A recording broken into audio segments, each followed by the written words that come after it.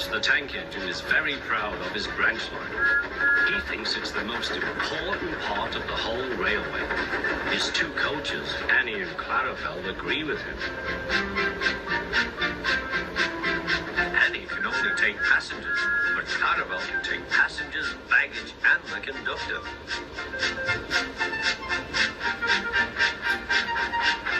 They are both old and need new paint, but Thomas loves them very much.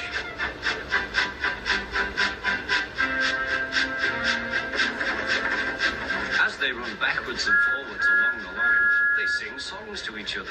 When Thomas starts from a station, he sings, "Oh, come along, we're rather late. Oh, come along, we're rather late." And the coaches sing, "We're coming along, we're coming along." They don't mind what Thomas says to them, because they know he is trying to please Sir Topham Hatt. And they know, too, that if Thomas is cross, he's not cross with them. One day they had to wait for Henry's train, which made Thomas very cross. How can I run my line properly if Henry is always late? He doesn't realize that Sir Topham Hatt depends on me. Thomas whistled impatiently. He wanted to leave, but he had to wait for Henry's passengers.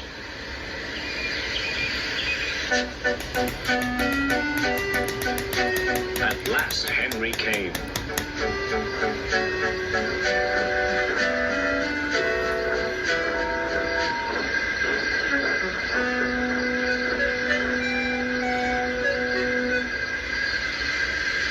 "Where have you been, lazy bones?" asked Thomas.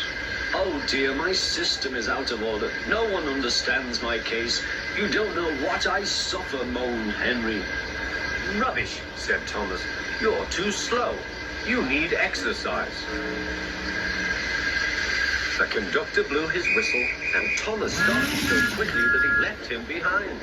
The conductor waved his red flag to stop Thomas, but he was well on his way, steaming out of the station. Come along, puffed Thomas. But Clarabel didn't want to come. "I've lost my nice conductor. I've lost my nice conductor," she sobbed. Annie tried to tell Thomas what had happened. "We haven't a conductor. We haven't a conductor." But he was hurrying and wouldn't listen. Annie and Clarabel tried to put on their brakes, but they couldn't without the conductor. "Where is our conductor? Where is our conductor?" they cried. But Thomas didn't stop till they came to a signal.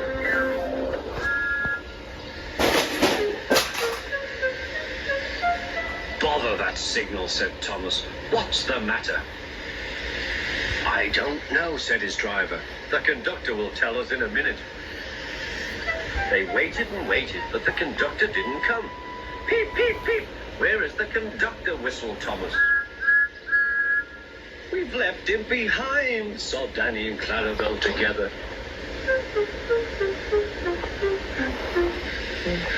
Everyone looked, and there he was, running as fast as he could along the line with his flags in one hand and his whistle in the other.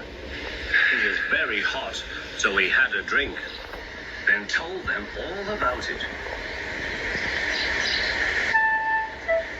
"I'm very sorry," said Thomas.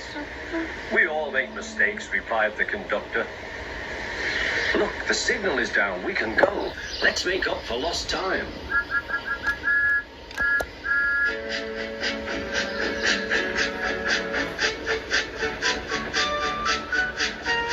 Annie and Clarabel were so pleased to have their conductor again that they sang "As fast as you like, as fast as you like" to Thomas all the way. They reached the end of the line quicker than ever before.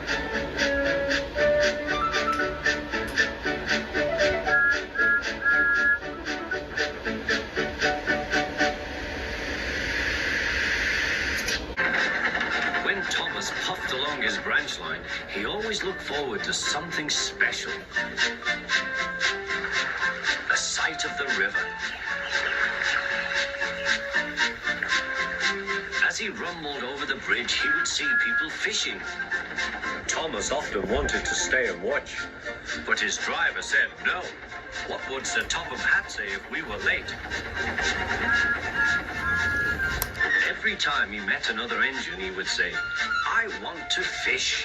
But they all had the same answer. "Engines don't go fishing." Silly stick in the muds, thought Thomas. One day he stopped as usual to take in water at the station by the river. "Out of order." "Bother," said Thomas. "I'm thirsty."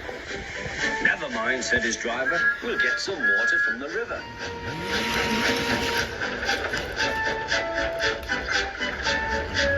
They found a bucket and some rope and went to the bridge.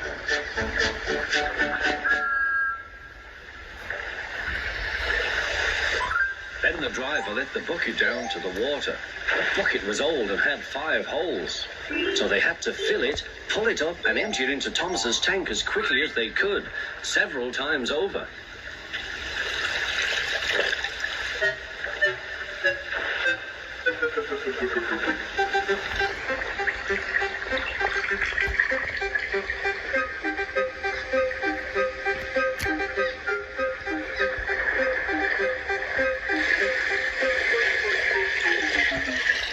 They finished at last.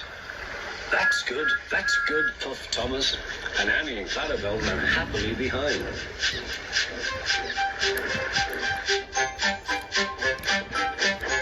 Suddenly, Thomas began to feel a pain in his boiler.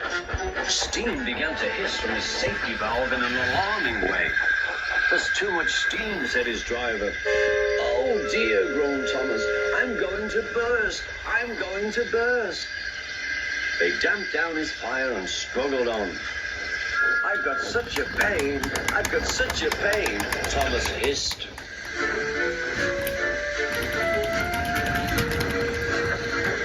They stopped just outside the last station, uncoupled Annie and Clarabel, and ran Thomas, who was still hissing fit to burst, on a siding right out of the way.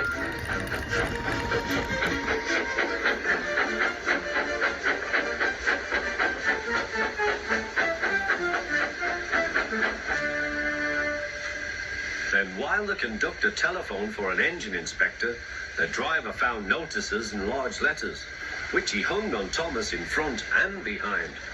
"Danger, keep away." Soon the inspector and Sir Topham Hatt arrived. "Cheer up, Thomas," they said. "We'll soon put you right." The driver told them what had happened. "So the feed pipe is blocked," said the inspector. "I'll just look in the tanks." He climbed up and peered in. Then he came down. "Excuse me, sir. Please look in the tank and tell me what you see." "Certainly, Inspector," replied Sir Topham Hatt. He clambered up, looked in, and nearly fell off in surprise. "Inspector," he whispered, "can you see fish?" "Gracious goodness me, how did the fish get there, driver?" "We must have fished them from the river with our bucket," replied Thomas's driver. "Well, Thomas, so you and your driver have been fishing, but fish don't suit you. We must get them out." They all took turns at fishing in Thomas's tank, while Sir Topham Hatt looked on and told them how to do it.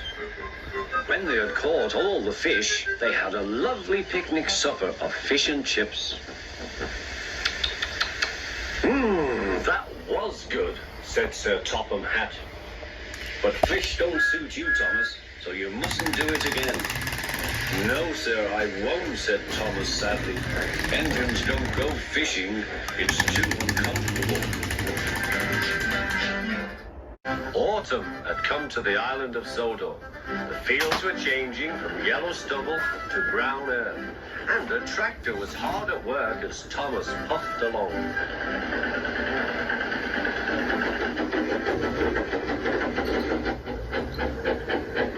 Later, Thomas saw the tractor close by. "Hello," said the tractor. "I am Terence. I am ploughing." "I am Thomas. I am pulling a train." "What ugly wheels you've got." "They're not ugly. They're caterpillars," said Terence. "I can go anywhere. I don't need rails." "I don't want to go anywhere," said Thomas. "I like my rails, thank you." Winter came with dark clouds full of snow. I don't like it, said Thomas's driver. A heavy fall is coming. I hope it doesn't stop us. Huh, said Thomas. Soft stuff, nothing to it. And he puffed on, feeling cold but confident. They finished their journey safely, but by now the country was covered. You'll need your snowplow for the next journey, Thomas, said his driver. Huh, snow is silly soft stuff. It won't stop me. The snowplow was heavy and uncomfortable and made Thomas cross. He shook it and he banged it, and when they got back, it was so damaged that the driver had to take it off. Very naughty engine, he said to Thomas. Next morning, Thomas's driver and fireman came early and worked hard to mend the snowplow, but they couldn't make it fit. Thomas was pleased. I shan't have to wear it. I shan't have to wear it, he puffed to Annie and Clarabel. But they were rather worried. I hope it's all right. I hope it's all right, they whispered to each other. The driver was worried too. It's not bad here, he said to the fireman, but it's sure to be deep in the valley. Silly soft stuff, puffed Thomas. I didn't need that stupid old thing yesterday, and I shan't today. Snow can't stop me. He rushed into a tunnel thinking how clever he was, but there was trouble ahead. Cinders and ashes, said Thomas. I'm stuck. And he was. Back, Thomas. Back, said his driver. Thomas tried, but his wheels spun and he couldn't move. The conductor went back for help, while everyone else tried to dig the snow away. But as fast as they dug, more snow slipped down until Thomas was nearly buried. Oh, my wheels and coupling rods. I shall have to stop here till I'm frozen. What a silly engine I am. And Thomas began to cry.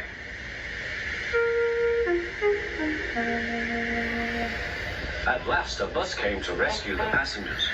And then, who should come to Thomas's rescue but Terence? Snow never worries him.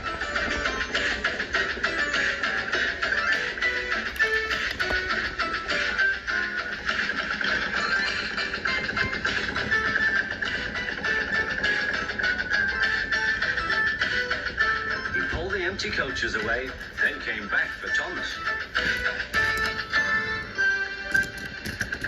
Thomas's wheels were clear, but still spun when he tried to move.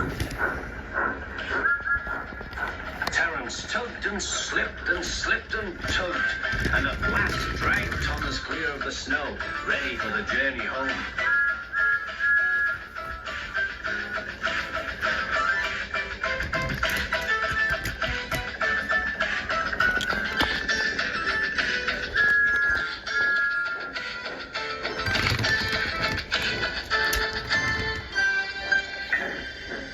Thank you, Terence. Your caterpillars are splendid, said Thomas. I hope you'll be sensible now, Thomas, said his driver. I'll try, said Thomas, and he puffed slowly away. Thomas was waiting at a junction when a bus arrived. Hello, said Thomas. Who are you? I'm Bertie. Who are you? I'm Thomas. I run this branch line. So you're Thomas, eh? I remember now. You got stuck in the snow. I took your passengers and Terence the tractor pulled you out. I've come to help you with your passengers today. Help me, said Thomas. I can go faster than you. You can't, said Bertie. I can, huffed Thomas. I'll race you, said Bertie. The drivers agreed to the race going ahead. The station master said, "Are you ready?" Thomas never could go fast at first, and Bertie drew in front. Why don't you go fast? Why don't you go fast? Called Annie and Clarabel. Wait and see, hissed Thomas. He's a long way ahead, they wailed. But Thomas didn't mind. He remembered the level crossing.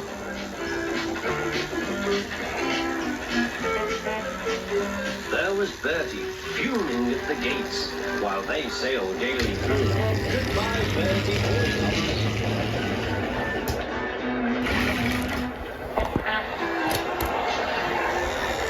After that, the road left the railway, so they couldn't see Bertie.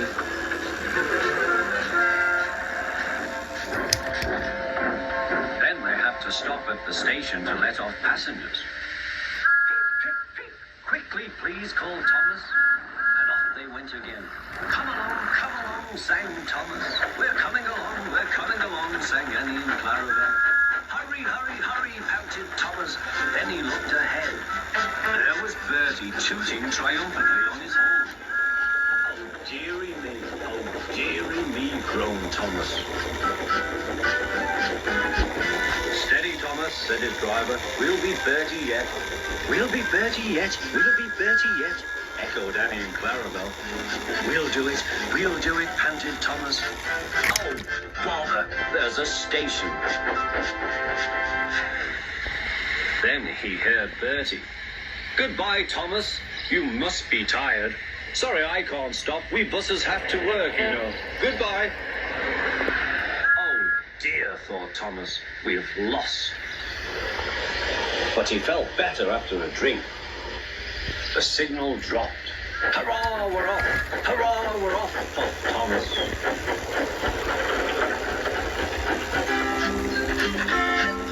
As they crossed the bridge, they heard an impatient honk, honk. There was Bertie waiting at the traffic lights. He started with a roar and chased on after Thomas again. Now Thomas reached his full speed. Bertie tried hard, but Thomas was too fast. Whistling triumphantly, he plunged into the tunnel, leaving Bertie toiling far behind.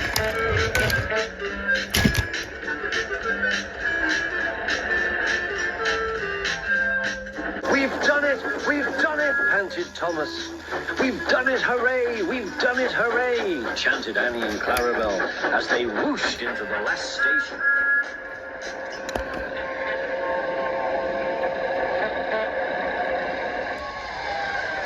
Everyone was there to celebrate Thomas's victory, but they gave Bertie a big welcome too. Well done, Thomas, said Bertie. That was fun. But to beat you over that hill, I should have to grow wings and be an aeroplane.